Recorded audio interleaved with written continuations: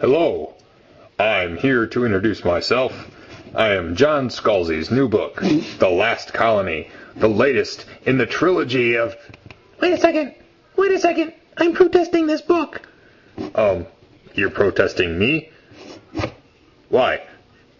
Because these books are mean to my people. By your people you mean... I'm Kovandu. Look, I'm 1 inch tall, and I think these books are a disgrace.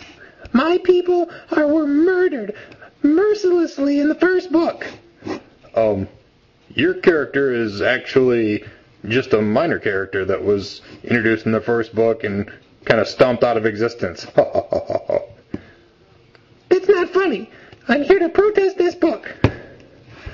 Well, it's going to make it kind of hard for me to, sell the book if you're here protesting.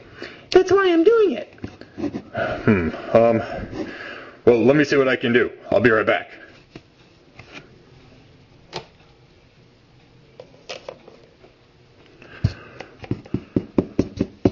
There, how do you like me now? Is that supposed to be bacon? Oh, well, yeah, it's a bacon dog treat. It's all I had. That's really sad.